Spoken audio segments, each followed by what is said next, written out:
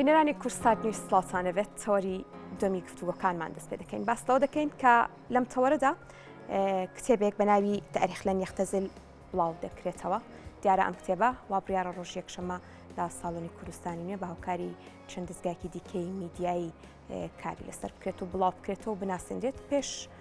بڵاوکردنەوەی ناساندنی پێشمان خۆش بوو لە پرۆگرامی بەیانی کورسات نیوز چشک بخەینە سەر گرنگی ئەم کتێبە و بۆچی ئەم کتێبە لە ئێستادا بڵاو کراوەتەوە و هاوکاتیش ئەو بەرگە و بابەتانی کە لەسەر ڕۆڵی سەرۆک مام جەلال و بەتایبەتتر لە پرۆسی سیاسی عێراق و کۆمەڵێک پرسی سیاسی دیکە تێدا بڵاو کراوەتەوە خۆی لە چیدا دەمێنێتەوە. ئەم کتێبە زۆر بەڕێز محەممەد شێخ عوسمان نووسەر ئەم کتێبەی نووسیوە ئێستا لە ستودیۆ بەیانی کورسات نیوز میوانە گفتوگۆ لەگەڵ دەکەین. بەخێر هاتی کاک محەممەد سپاس بۆ ئامادەبوونت دووبارە زۆر سپاس. دیارە ئەم کتێبە ڕۆڵ و پێگە و گرنگی خۆی هەیە بەتایبەتی کە کەسایەتێکی گەورەی و سەرۆک مام جەلال باس لەلایەنە سیاسیەکان و کۆمەڵێک بابەتی سیاسی کراوە لەم کتێبەدا. گرنگی ئەم کتێبە و بەتایبەتتر ئەم کتێبە کە لە ئێستادا بڵاو کراوەتەوە هۆکارەکەی چییە؟ بەیانی ئێوە باش، بەیانی کورساتی ئازیز باش، سڵاو و ڕێز بۆ سەرجەم ئازیزان و بینەرانی کورساتی ئازیز و ئەم بەرنامەیە بەتایبەتی بەرنامەیەکی سەنگینە. هەڵبەت کارکردن لەسەر مام جەلال و هزری مام جەلال لە ئێستادا هەر نەک تەنها کارێکی ئاساییە بەڵکو ئەرکێکە کە ئەبێ هەمومان شانخینە بەری. ئێمە ئەگەر بگەڕێنەوە سەر پرسی دیموکراسی عێراقی و پرسی سیاسی عێراقیدا لە ماوەی ئەم ساڵی دوای هەڵبژاردن عێراق بە مەترسیەکی زۆر گەورە و تەنانەت هەڵوەشانەوەیەکی پرسی سیاسەکەیدا تێپەڕی کە ڕوتێک دروست بوو ئەم ڕوتە دەیویست پشت لە دەستورکە، دەیویست پشت لە تەوافقکە، پشت لە پێکەوەیی و شەراکەت بکە. ئەو کارانەی کە باوکە دامەزرێنەرەکانی وەکو مام جەلال و هاوڵەکانی بۆ عێراقی نوێ دایان مەزران دایانوی سەر لەبەری هەڵتەکێننەوە. ئەمەش وای کرد ئێمە بینیمان لە پرسی ئەم قەیرانی کە حکوومەتی دروستبوونی حکوومەتی عێراقی و پرسی سیاسیدا پێی تێپەڕی بە ئاشکرا بینیمان دایانوت ئەوەی کە هۆکارە بۆ کێشەکانی عێراق دەستورە، ئەوەی کە هۆکارە بە کێشەکانی عێراق تەوافقە، تەنان گەیشتە ئەو ئاستەی کە ڕەوتێک دروست بوو کە بەداخەوە هەنێ حزبی کوردستانیش حزبێکی کوردستانی بەتایبەتی لەگەڵ هاوپەیمانی بەست پێی وابوو کە پێشمەرگە هێندە میلیشیایە دەبێت پێش سەرای سەلام دەبێت هەڵوەشێتەوە. پێی وابوو کە تەوافقوانە جگە لە دووبەرەکی و جگە لە ئاژاوە هیچ خێروێرێک بۆ عێراق ناهێنێ. ئەمە وای کرد قەناعەتێکی لای شەقامی عێراقی دروست کردبوو، بە تایبەتی لای کوردستانیش دروست کردبوو کە دیارە قسەکانی ئەوان لەوەی ئەگەرێکی ڕاستی هەیە لەبەرەوەی ئێمە هیچ بەڵگەیەکمان نییە کە ئەم پرسانە چۆن دانراوە. بەڵام بە چاوتیژیەکەوە ئەگە بڕوانینە سەر ئەوە بینیمان کە ئەوەی ڕێگر بوو لە سەرکەوتنی ئەو ڕەوتە یەکێک لە کارکتەرە سەرەکانی سەرکەوتنی ئەو پرۆسەیە کە نەیهێشت ئەو ڕەوتە سەرکەوێ دەستوری عێراقی بوو. ئەو دەستورەی کە مام جەلال و سەرکردەکانی تر کاریان بۆ کرد کە عێراق لە تاگڕەوی و لە ستەمکاری بپارێزێ. ئەمەش وای خواست کە ئێمە بۆ وەڵامدانەوەی و ڕەوینەوەی ئەو قەناعەتەی کە خەریکە لای هاوڵاتی دروست دەبێ وا پێویستێ کە گوڵبژێرێک لە خەرمانەکەی مام جەلال بکەین پیشانیان بین کە عێراق بەم شێوەیە دروست بووە. ڕوئیای مام جەلال بۆ پێکهاتنی عێراق و بۆ سەرخستنی پرۆسی سیاسی بەم ئاراستەیەدا دەبێت. ئەوەی کە وتراوە کە بەناوی تەوافقەوە زوڵم لە پرۆسی سیاسی ئەکرێت، ئەوەی کە بەناوی تەوافق و یاخود بەناوی دەستورەوە ئەیانەیەت پرۆسی سیاسی عێراقی و تاگڕەوی خۆیانی پێناشینکەن، ئەمە ئەوە نییە، بەڵکو ئەو ڕوئایی کە مام جەلال داینابوو بە عێراق وەکو نەخشە ڕێگایەک بوو، بەڵام هەندێک ویستیان لی دەرچن و بۆی عێراق بەم ئاقارەدا ڕۆیش لە ئێستادا هەوڵێک هەیە بێتەوە سەر ڕێچکە ڕاستەکەی سیاستکردنی سەرۆک مام جەلال. کاک محەممەد، ئەو گوڵبژێرەی کە لە سیاستکردنی سەرۆک مام جەلال لەم کتێبەدا باس کراوە خۆی لە چەند تەوەردا دەبینێتەوە بە دیاریکراوی؟ خۆی ئەم کتێبە دوو ئاراسە کارمانتیا کردەوە. یەکەم ئاراسەی پۆڵێنکردنی کاتی، پۆڵێنکردنی مەسەلەن معناوی ینی بە ماناکارەکان بۆ نمونە لە ڕووی کاتە ئێمە بە سێ قۆناغ وەرمان کردووە قۆناغی پێش ڕوخانی ڕژێم قۆناغی دوای ڕوخانی ڕژێم قۆناغی نەخۆشکەوتنی مام قۆناغی دوای وەفاتی مام ئەمە ئەم چوار قۆناغەمان وەرگرتووە کە لە هەر قۆناغێک گوڵێکمان لە خەرمانەکانی مام جەلال وەرگرتووە کە چۆن ڕویای هەبوو بۆ ئەو عێراقە بێ بۆ نمونە لە قۆناغی پێش ڕوخانی ڕژێمە ئێمە خیتابێکیمان وەرگرتووە مام جەلال لە کۆنگری سەلاحەدین بەر لە مانگێک لە ڕوخانی ڕژێم کە نوێنەری سەرۆکی ئەمریکای لێیە باس لە پرۆسی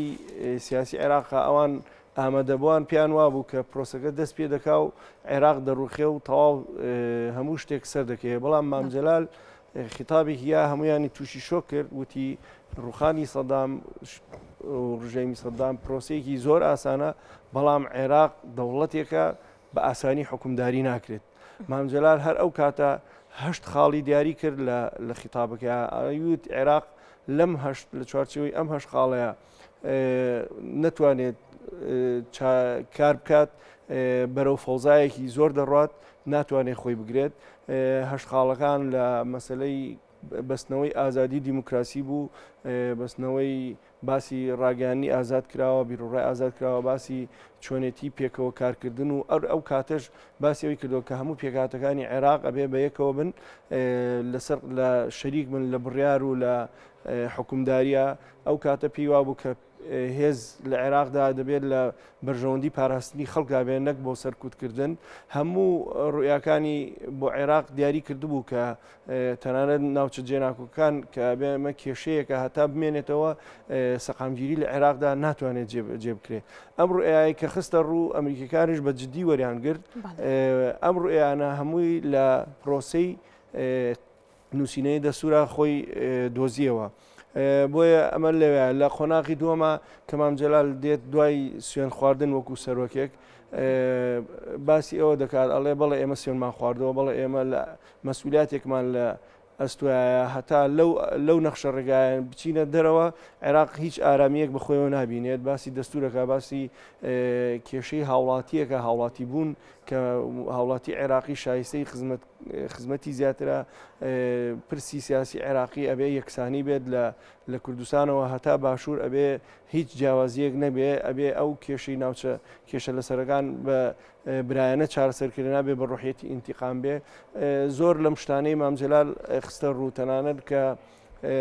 دواتر لە ئەنجومەنی لە کۆمەڵە گشتەکانی کۆمەڵی نەتەوەی گرتوەکان کە لە 2005 یەکەم وتاری پێشکەش کرد هەمان ڕوئیای باس کرد ئەو کاتە مام جەلال وێنایەکی جوانی هەرێمی کوردستانی گەیاندە نەتەوەی گرتوەکان بۆ یەکەم جار بوو کە زمانی کوردی بگاتە ئەو منبەرە گرنگە لێ بە زمانی کوردی باسی نموزە جوانەکەی کوردستانی کرد کە بەداخەوە ئێستا بەهۆی تاکڕەوی بەهۆی هەنێ سیاسەتی تاکڕەویانە خەریکە پرۆسەکە دەشێوێنرێت بەڵام ئەو کاتە لە بەرەی مام جەلال لە گۆڕەپانەکەدا بوو هەرێمی کوردستان نمونەیەکی جوانی دیموکراسی و سەقامگیری و پێشکەوتنی ئابووری بوو مەمەسم لەوەیە قۆناغەکانی مام جەلال بە چەند قۆناغێکە هاتووە کە ئەتوانین ئێمە کاری لەسەر بکەین باشە لە قۆناغی یەکەم باست کرد پێش پرۆسا و دوای ئەوە کە بێگومان سەرۆک مام جەلال بە تایبەتی لە دوای ڕوخانی ڕژێمی باز دەکرێت بڵین وەکو سەرکردەیەکی دیار و سەرۆکێکی دیار لە پرۆسەی سیاسی ڕادا ڕۆڵی گرنگ و کاریگەری هەبووە لە چارەسەرکردنی کێشەکاندا لەمڕۆوە با بڵین زیاتر چۆن تشک کراوەتە سەر سیاستکردنی مام جەلال جگەلەوەی کە هەوڵی تەوافق و پێکەوە ژیانی داوە و هەوڵی داوە کە تەواوی عێراقیەکان لە ژێر یەک پارچەدا بتوان سیاست بکەن بە هەمانگی سەردەمی ئەمەی ئێستا ئێمەیتیان کەمێک سەقامگیری پێوە دیارە لەبەرەوەی دەستورەکە چەسپیوە دەستورەکە سەرۆک مام جەلال کارێکی وای تیا کرد کە هیچ پێکهاتەیەکی عێراق نەتوانێت بە تەنها هەڵی وەشێنێتەوە لەبەرەوەی زۆربەی مافەکانی کوردی تێدایە زۆربەی مافی سونە و شیعەشی تێدایە زۆر ئەگەر بخوێنێتەوە مافی هاوڵاتی ئاسایی زۆر جوان بە تەفسیل تێگیرکراوە ئەوەی کە مام جەلال کاری بۆ کردبوو ئەم دەستورە ئەگەر هەر گۆڕانکاریە بکرێ ئەگبێ سێ پارێزگار ڕەتی کاتەوە ئەم پرۆسەیە سەر ناگرێت بەمەش توانی هەم مەترسی سونەکان بڕێوێنێتەوە، مەترسی کوردستان و مەترسی شیعەش بڕێوێنێتەوە کاری کردەوە. مام جەلال زیرەکانە ئەم کاری هێنا کە لە دەستورا کردی توانی لە چەند ڕوویەکەوە تیش بخاتە سەر پێکهاتەکان. بۆ نمونە پرسی نووسینەوەی دەستور پرسێکی زۆر سەخت بوو، بەڵام زۆر جار کە کێشە دەکەوتە ناوە هەوڵێکی دەرەکی زۆر هەبوو کە ئەو دەستورە بەم شێوازی ئێستانە بێ، هەوڵێکی دەرەکی زۆرە بوو کە پرۆسی سیاسی بەم ئاخاری ئێستانەیە. بەڵام مام جەلال لە سێ ئاستا ئیش کاری کردووە. یەکەمیان لە ڕێگەی وتار خیتابەوە، دوو لە ڕێگەی چاوپێکەوتنەوە چاپێکوتن چکرد لەگەڵ کەناڵە ڕاگەانەکان پەیوەندیەکانی لەگەڵ لایەنە سیاسی عێراقیان بەگشتی، هەروەها لە ڕێگەی وتارنووسینیشەوە. تەنانەت ئەم سەرکردە گەورەیە هەستاوە مینبەری ڕاگەانەکانی بەکارهێناوە بۆ نووسینی چەند وتارێک کە یەکەم دیفاعێکی سەرسەخت لە پرسی دیموکراسی بۆ عێراق دەکات، چکە مام جەلال پێی وا بوو هەتا دیموکراسی لە عێراقدا سەر نەکەێت و جێگیر نەبێت کوردستان ناتوانێت بە ئارامی و بە سەقامگیری بژیت. بۆیە مام جەلال هەستاوە لە ڕێگەی چەند وتارێکەوە کە پێویستی کردو بۆ نمونە لە پرۆسەکان کە هەموومەتێک هەبووە بۆ هەڵۆشانەوەی فیدراالێت لە عێراقدا. مام جەلال باسی فیدراالەتی کوردستانی کردووە کە ئەمە تەنها زادەی دوای ڕوخانی ڕژێم نییە، بەڵکو ئەمە هەر لە سەرەتای شۆڕشی کوردەوە کە حکوومەت پێی وا بووە کە حکمی زیاتی بدرێ بە کورد. ئەمە تەطویری ینی پێشکەوتنی بەخۆی بینیەوە هەتا ئەو ڕۆژێک کە هیشۆتە ئەم فیدرالێتە کە ئێستادا بۆ وڵاتێکی وەکو عێراق کە چەندین پێکاتی تێدایە کە دەتوانن بەم فیدرالەتە ئازادیەک و سەقامگیریەک و پێشکەوتنێک بخوان بینن. واتە مام جەلال بەو ئاراسەیە کاری کردووە، مادمونێکی زۆری بینیوە هەتا عێراق گیانۆتە ئەم ئاسی ئێستا. بۆیە ئەگەر ئێستا ببینی میهرەبان خان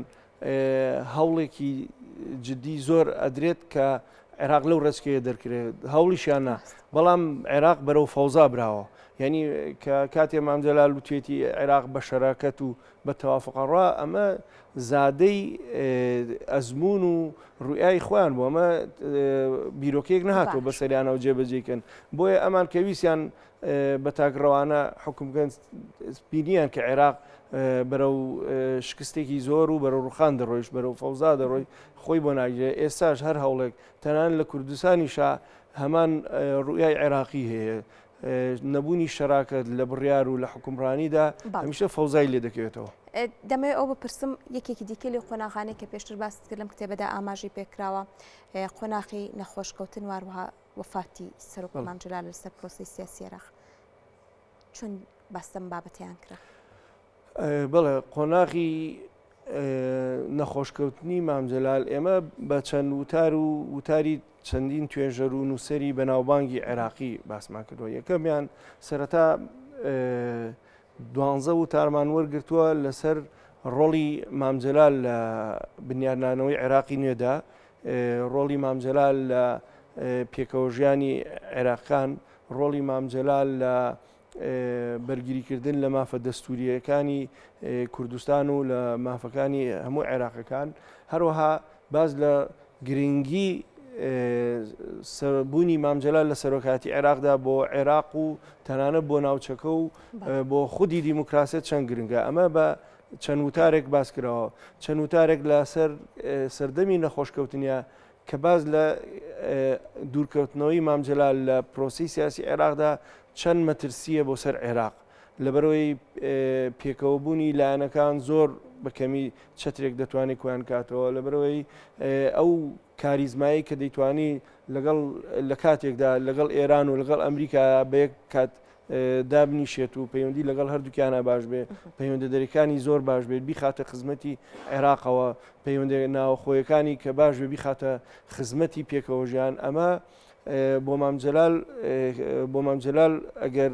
کارێکی زۆر سەخت بوو، بەڵام بۆ عێراقیان زۆر سەخت بوو گەر ئەم کاریزمایە لە پرۆسی سیاسی دوورکەوێتەوە. لە پرۆسەی مەسەلەن وەفاتی مام جەلالیشدا هەڵبەت لە وەفاتە تەنها خەم باسکردنی خەم ڕۆڵ نابینێ بە تایبەتی بۆ کاریزمایەکی و سیاست مەدارێکی و مامجلال بەڵکو ئەبێ تۆ باسی ئەم ئاسر و ڕۆڵەکانی مامجلال بکەی کە تا چەند جێدەستی دیار بۆ بە عێراقینەوە واتە قۆناغی یەکەم جار باسی گرنگی دەکەی دوم جار باسی دوورکەوتنەوە سێم جار ئەبێ ئەمە